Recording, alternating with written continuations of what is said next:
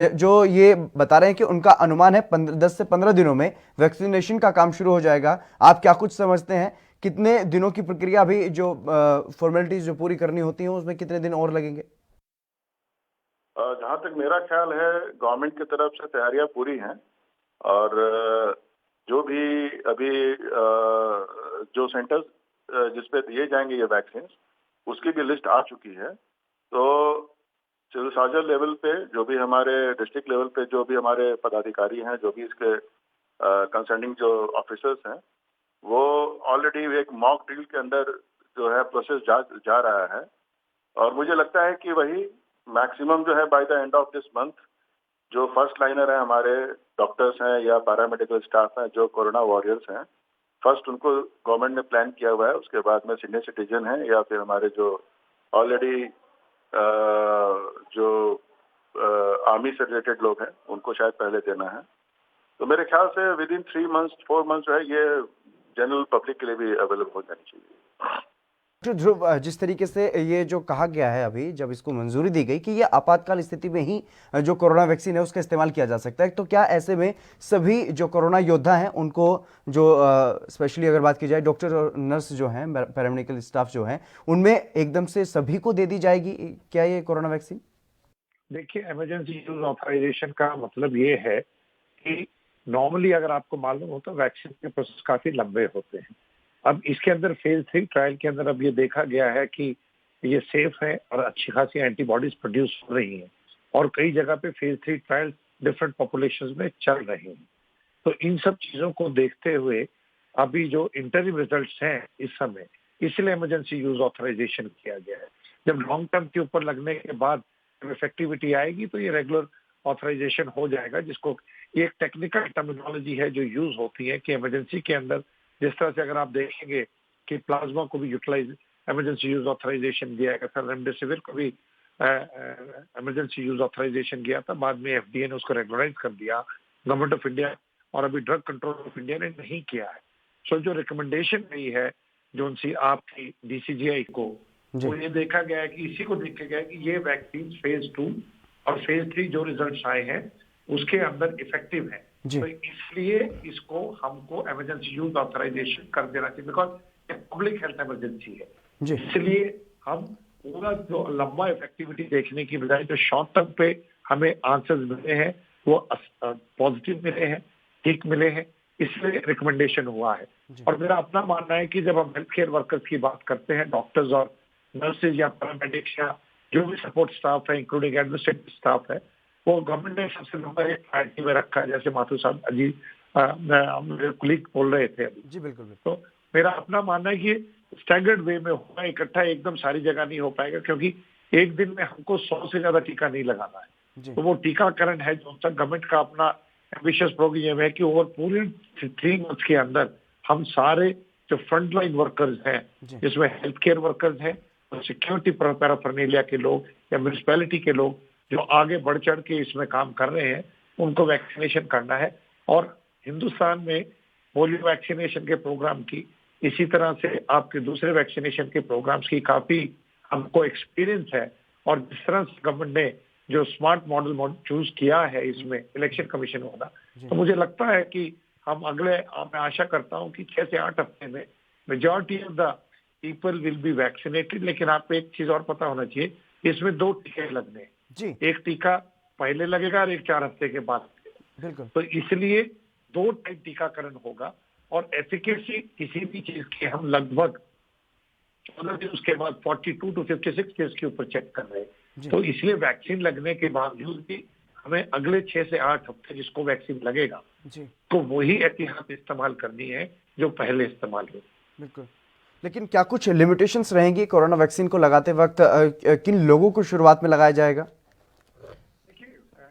देखिए, health care workers हैं जो फ्रंटलाइन आपके लड़ रहे हैं इससे, उन लोगों को लगाया जाएगा। उसमें आपके डॉक्टर्स भी हैं, आपके नर्सेज भी हैं, आपके पैरामेडिक स्टाफ भी है, आपका जो सफाई कर्मचारी वहाँ पे आईसीयू में या अस्पताल में काम कर रहा है, या जो आपके ग्रुप डी के और एम्प्लॉइज हैं, कुलीग्स हैं, सबका नजर किया जाएगा। हेल्थ केयर सिस्टम के अंदर डॉक्टर और नर्सेज अकेले से काम नहीं चलेगा। आपको जो दूसरे साथ में उनका सपोर्ट स्टाफ है, एडमिनिस्ट्रेटिव स्टाफ है, सारे को देखना पड़ेगा। लेकिन इसकी जो जिस तरह से अगर आप देखेंगे इंग्लैंड में भी जब टीकाकरण शुरू हुआ तो सबसे पहले वो 90 साल की उन्होंने ग्रुप रेडी किया, उसके बाद सारे NHS में डॉक्टर्स और नर्सेज को स्टैंडर्ड होकर लग रहा है ताकि कोई अगर उसके अंदर कोई चैलेंज आए, कोई दिक्कत आए तो उसको देखा जा सके। तो मेरा अपना मानना है कि सबसे पहले इसके अंदर हेल्थ केयर स्टाफ के अंदर ही डॉक्टर्स, नर्सेज और आपके पैरामेडिक्स स्टाफ के साथ ये शुरू होगा। इस तरीके से ये वैक्सीन काम करना शुरू करेगी और जिस तरीके से अब ये कहा जा रहा है कि वैक्सीन अगर मिल भी जाती है तो उसके बाद भी सतर्कता बरतनी होगी, मास्क और सैनिटाइजर का इस्तेमाल करना होगा। आखिरकार इसकी क्या कुछ वजह है कि वैक्सीन लगने के बाद भी हम पूरी तरह से सुरक्षित फील नहीं कर सकते? तो उसके कारण शरीर के अंदर जब हम इनके वायरस के एंटीजन छोड़ते हैं, जब प्रोटीन कण छोड़ते हैं जिसको बॉडी आइडेंटिफाई करती है, आइडेंटिफिकेशन करके ट्रैक करके और उसके अगेंस्ट एंटीबॉडीज बनाने में टाइम लगता है। तो ये एक्टिव इम्यूनाइजेशन का प्रोसेस है। अगर आपको ध्यान रहे कि जब भी हम रेबीज का जब टीका लगता है हमको, तो उसमें हम दो चीजें देते हैं। एक तो मल्टीपल जगह पे रेबीज का टीका लगता है और साथ में हम सीरम देते हैं। वो इसलिए देते हैं कि जब तक वो एंटीबॉडीज आए तब तक वो सीरम प्रोटेक्ट करके रखे। इसी तरह से हमने टेटनस में भी देखा होगा कि हम पहले टीका लगाते हैं और साथ में एंटी टेटनस सीरम देते हैं, एंटी टेटनस इम्यूनोग्लोबुलिन देते हैं, क्योंकि इन चीजों को बनने में टाइम लगता है। तो इसलिए जब आपका पहला टीका उसको सेंसिटाइज करता है, दूसरा उसको बूस्ट करता है। तो ये दो तरह से हम जब आपका बूस्टिंग के बाद एडिक्वेट अमाउंट ऑफ एंटीबॉडीज है वो देखी गई है। जो कोवैक्सीन है उसमें 98% से ऊपर लोगों को वैक्सीनेशन के अंदर एंटीबॉडीज आई हैं और जो आपका ऑक्सफोर्ड वाला है उसके अंदर उनको 2 डोजेस के बाद, स्पेशली जब पहली कम डोज दी गई, दूसरी डोज दी गई, तो more than 90% people were protected. तो इसलिए जो शरीर को समय देना होता है कि वो एंटीबॉडीज एडिक्वेट अमाउंट में प्रोड्यूस कर सके और दूसरे के जरिए हम उसको बूस्ट करते हैं, उसको एनहांस करते हैं, एम्पलीफाई करते हैं। तो वो टोटल प्रोसेस हमारा 6 से 7 हफ्ते लगता है।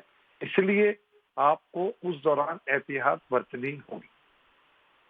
डॉक्टर अमिताभ, इस बारे में क्या कुछ जानकारी है? जिस तरीके से ड्राई रन किया गया है और अब अगर वैक्सीनेशन किया जाना है तो बड़ी तेजी से वैक्सीनेशन हो सकता है, लेकिन किस तरीके से वैक्सीनेशन को आगे बढ़ाया जाएगा और क्या कुछ असर वैक्सीनेशन का देखने को मिलेगा? जी, जहाँ तक वैक्सीनेशन का सवाल है, सर ने जैसे बहुत अच्छे से एक्सप्लेन किया है। तो आगे जो है इस पे जैसे बताया सर ने कि एक फर्स्ट डोज के बाद सेकंड डोज जो है वो 1 महीने के बाद यानी 4 हफ्ते के बाद देनी है। और गवर्नमेंट की तरफ से जो भी प्लान होगी एडमिनिस्ट्रेटिव लेवल पे, वो एज वेल एज हमारे जो फर्स्ट लाइन वॉरियर्स हैं, जो डॉक्टर्स हैं, नर्सेज हैं, तो मुझे लगता है कि ये लोग जो है शेड्यूल वाइज काम करेंगे और वैक्सीनेशन का जो एक पीरियड जो है उसको कवर करने के लिए जो भी फास्ट टेस्ट वे होगा उसको लोग अख्तियार करेंगे इसके अंदर। जिस तरीके से अब कुछ भ्रम भी हैं लोगों में वैक्सीन को लेकर के कि किसी तरीके से शरीर में कुछ बदलाव आने शुरू हो जाएंगे अगर वैक्सीन लग जाएगी, या फिर कुछ लोग ये भी कह रहे हैं कि इसमें, हालांकि ये सियासी पार्टियों के बयान है, बड़े बड़े नेता जो जनप्रतिनिधि होते हैं उनके बयान भी हैं कि बीजेपी की वैक्सीन नहीं लगवाएंगे। ऐसा भी हो सकता है भारतीय जनता पार्टी इस वैक्सीन में नपुंसक बनाने के लिए कुछ ऐसी दवा का इस्तेमाल करे कि इस तरीके की स्थिति बन जाए। इन भ्रांतियों को कैसे दूर किया जाएगा? अब ये कहीं ना कहीं एक बड़ी चुनौती डॉक्टर्स के सामने, उस टीम के सामने भी होगी जो कोरोना वैक्सीनेशन का काम जो करेगी, और भारत सरकार के सामने। जी डॉक्टर ध्रुव, वो एक राजनीतिक जो आपस की बातें उस पर तो मैं कोई टिप्पणी नहीं करना चाहूंगा। मैं एज ए साइंटिस्ट और एक डॉक्टर के जरिए कहूंगा कि हमें basics of biology, basics of science के ऊपर स्टिक करना है। वैक्सीनेशन के कारण ही इस मुल्क से और पूरे यूनिवर्स से आपका स्मॉल पॉक्स का इरेडिकेशन हुआ। इसी तरह हिंदुस्तान से पोलियो वैक्सीनेशन के कारण ही पोलियो बीमारी का इरेडिकेशन हुआ। इसी तरह से टेटनस हम जो देखते थे गर्भवती औरतों में बच्चा होने के बाद या जब छोटा बच्चा पैदा होता था जिसको टेटनस, वो प्रैक्टिकली इस कंट्री से खत्म हो गया है, क्योंकि गर्भवती औरतों को हम जिस तरह से टीकाकरण, टेटनस वो एक बहुत बड़ी कामयाबी है पब्लिक हेल्थ की इस मुल्क के अंदर। तो इसलिए तो हम ये मान के चलते हैं कि तो कोरोना वैक्सीनेशन है ये सेफ और इफेक्टिव रहेगा, और इसकी कितनी एफिकेसी है वो टाइम बताएगा। उसके लिए बूस्टर डोजेज आप कर सकते हैं, और अगर कोई म्यूटेशन आती भी है तो उसके हिसाब से आप चैलेंज चेंज कर सकते हैं, और जैसे कि इन्फ्लुएंजा वायरसेस में हम रेगुलरली कर रहे हैं। तो इसलिए साइंस के तरीके से अगर आप मुझसे पूछेंगे तो ये एक बिल्कुल पुख्ता तरीके से काम चल रहा है और मजबूत तरीके से काम कर रहा है। और इंस्टीट्यूशंस जो गवर्नमेंट के हैं, वो गवर्नमेंट के इंस्टीट्यूशन न्यूट्रल होते हैं, और चाहे वो Indian council of medical research है, हम लोग भी वैक्सीनेशन के अंदर अपना योगदान दे रहे हैं, फेज 1, फेज 2, फेज 3 के ट्रायल कर रहे हैं। तो ये भ्रांति फैलाना मेरे हिसाब से ये मिथ्या है सारा का सारा, कि एक पार्टी का वैक्सीन है या दूसरी पार्टी का वैक्सीन है। ये हिंदुस्तान के ऑर्गेनाइजेशंस का, सिस्टम्स का जो डेवलप किए हुए हमने मल्टीपल इयर्स के साथ, ये उसकी अथक मेहनत का नतीजा है। इसी तरह से जो आपका ऑक्सफोर्ड का वैक्सीन है, वो भी पूरा ड्यू प्रोसेस के बाद आया है। जो भ्रांतियां लोगों को कि किसी और तरह की, इससे आपका जेनेटिक मटेरियल ऑल्टर हो जाएगा या कोई और किसी किस्म की दिक्कत आएगी, तो मेरा मानना वो भी एक भ्रांति है। खास तौर पे उसके अंदर आपको कुछ एक और चीजें चाहिए होती है, जैसे HIV वैक्सीन वायरस था, उसमें ये चैलेंजेस थे। वो वायरस सेल्फ आपके जेनेटिक मटेरियल में जाके अटैच हो जाता था, छुप जाता था, उसके कारण हमें दिक्कत पड़ती थी। क्योंकि उस वैक्सीन में उस वायरस के अंदर आपके पास 2 एडिशनल एंजाइम्स होते हैं, जो ये RNA को DNA को आपको फिर जाके आपके न्यूक्लियस के अंदर जाके जेनेटिक मटेरियल में ऐड होना है। वो दोनों एंजाइम्स हमारे ह्यूमन सेल्स में नहीं होते हैं। तो इसलिए ये जो भ्रांति mRNA वायरस के प्रति है, वो भी तो लैब्स में देखा गया, जो अभी तक का है ये गलत है।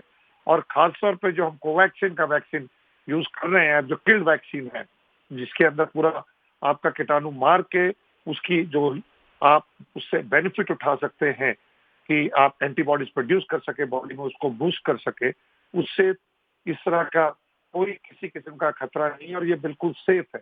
जो most of the time problems आती हैं वैक्सीन में, वो एलर्जिक रिएक्शंस आते हैं, या कई बारी हम एक और चीज बोलते हैं, उसको मॉलिक्यूलर मिमिक्री बोलते हैं।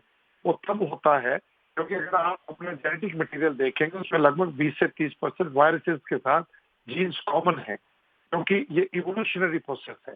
और अगर उसके अंदर क्रॉस कोई, अगर आपकी जो आपका एंटीजन है, उसके लिए जो एंटीबॉडी है प्रोड्यूस करता है बॉडी, अगर वो आपको लगे कि उसके आपके शरीर के अंदर कोई समानता है, तो वो उसको अटैक कर देता है। ये आपको चीज एक से कई इस कंडीशन में लगभग 1 मिलियन में 1 या 2 का इंसिडेंस है, जो कि लगभग आप ये मान के चलो 99.999% में बिल्कुल दिक्कत नहीं आती है। तो इसलिए इस तरह की भ्रांतियां गलत है। जो साइड इफेक्ट्स लगने के बाद कभी भी कोई टीका लगता है, उसके कारण जो रिलीज होते हैं एंटीजन, या उसके कारण आप कभी भी जैसे टेटनस का टीका भी लगाते हैं, दर्द भी होता है, हल्का बुखार हो सकता है। बच्चों में हम DPT का वैक्सीन लगाते हैं, उसमें भी दिक्कत आती है। तो उसी तरह से जो हमने ऑब्जर्व किया है, इसके अंदर अभी तक लोगों को लोकल पेन हुई है, थोड़ा बहुत शरीर में थकावट, बुखार लगा है, लाइट हेडेडनेस और हेडेक की समस्या हुई है, जो कि 1 या 2 गोली पैरासिटामोल लेने के बाद 2 दिन के बाद सब पूर्ण रूप से स्वस्थ हो गए। और जो सेकेंड वैक्सीनेशन जब दिया गया, टीकाकरण किया गया, उसके अंदर उसके ट्रायल के अंदर, तो पहली बारी जिनको सिम्टम्स हुए तो उससे भी मिनिमल हुए। तो मैं ये एश्योर करना चाहूंगा आप दर्शकों को आपके माध्यम से, और मेरे कोलीग्स को भी, कि वैक्सीनेशन का प्रोसेस सेफ है, साइंटिफिकली साउंड है, और बेसिक्स ऑफ बायोलॉजी पे बेस्ड है। तो इसलिए प्लीज किसी भी तरह की भ्रमणकारी बातों की ओर ध्यान ना दें। डॉक्टर अमिताभ, जिस तरीके से पिछले कुछ समय की अगर बात की जाए, तो जब आइसोलेशन के लिए या फिर जो कोरोना से संक्रमित हो जाते थे उनको लेने के लिए जब डॉक्टर्स की टीम जाती थी, तो उन पर हमला बोला जाता था, पथराव किया जाता था, इस तरीके की कई घटनाएं सामने आई। ऐसी सिचुएशन क्या वैक्सीनेशन में भी आपको देखने को मिल रही है, जिस तरीके की भ्रांतियां अब फैलाने की कोशिश की जा रही है कुछ लोगों की तरफ से? मेरे देखने से तो ऐसी कोई बात नहीं होनी चाहिए, क्योंकि वैक्सीनेशन जो है, जैसे अभी हम लोग के ऑलरेडी पोलियो के लिए जो टाइम टू टाइम जो गवर्नमेंट की तरफ से प्लान्स हो रहे हैं, वो आप देखते होंगे कि लोगों ने इसको बहुत इजीली एक्सेप्ट किया हुआ है।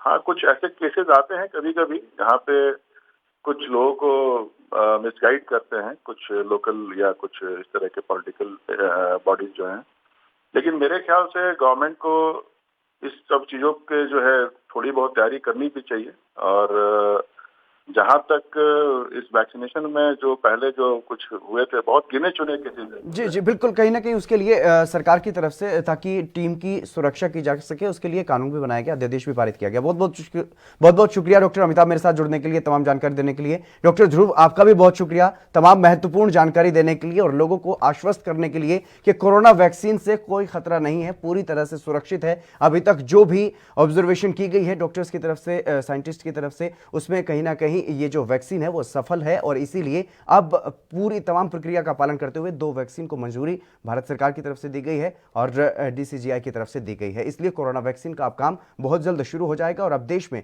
कोरोना का नामो निशान जो है वो मिटाने की कवायद जो है शुरू हो चुकी है। फिलहाल इस कार्यक्रम में बस इतना ही। आप बने रहिए एएनबी न्यूज के साथ।